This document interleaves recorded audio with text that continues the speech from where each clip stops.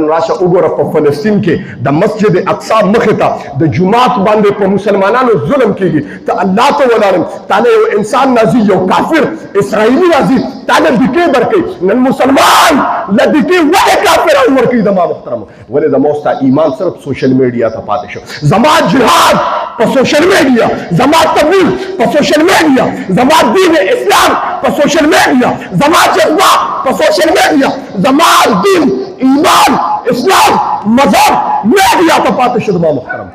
عملی میدان خو زما داسې پاتې شو زما عملی میدان خالی دی زما محترم ځکه تبلیغ هم کوم جذبه جوش بکاره کوم نو میډیا باندې کینم او په میډیا باندې نن به کافر نه راځي مانه به په منځ کې دکې ولې نه راکوي نن مسلمان چا بې غیرته کو نن د مسلمان د زړه نه ایمان چا ویسته زما محترمو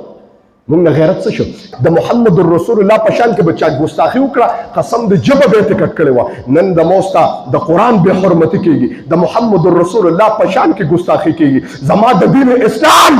بې عزته کېږي پته د کافرو ته چې نن امت محمدیه بې غیرته شوي دي زما محترم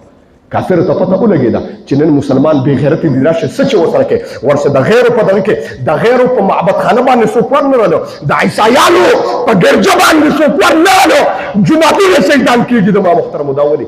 زما د پیغمبر په شان کې ګستاخي کېږي پته ولګېده کفارو ته کافرو ته پته ولګېده چې د محمد رسول الله امتیان هغه امتیان پاتې نه شو دا بې غیرته شو دا بې ایمانه شو ایمان یې پاتې نه شو په زبان یو څه دي او پړی بل څه دي زما محترم دوکې والا خلک پاتې شو ځکه د محمد رسول الله امتیان و غلامان خو داسې چې ژبه به یې وکړه ژبه نو سر به یې کټ شي خو ژبه به یې پاتې شو زما محترم هغه داسې غلامانو نه خبره مې دې پورې کوله زما محترمو چې دا مونږه دا کم په مساجدو او مدارسو کې زما محترمو راغونډېږي زموږ مقصد دا نه دی چې ته دغلته د خطیب نه ګویا ته د بیان وورې ته د ظاهري جذبه کې راشي تقوا ته نه رابېږي په جومات کې او چې بار وځي نو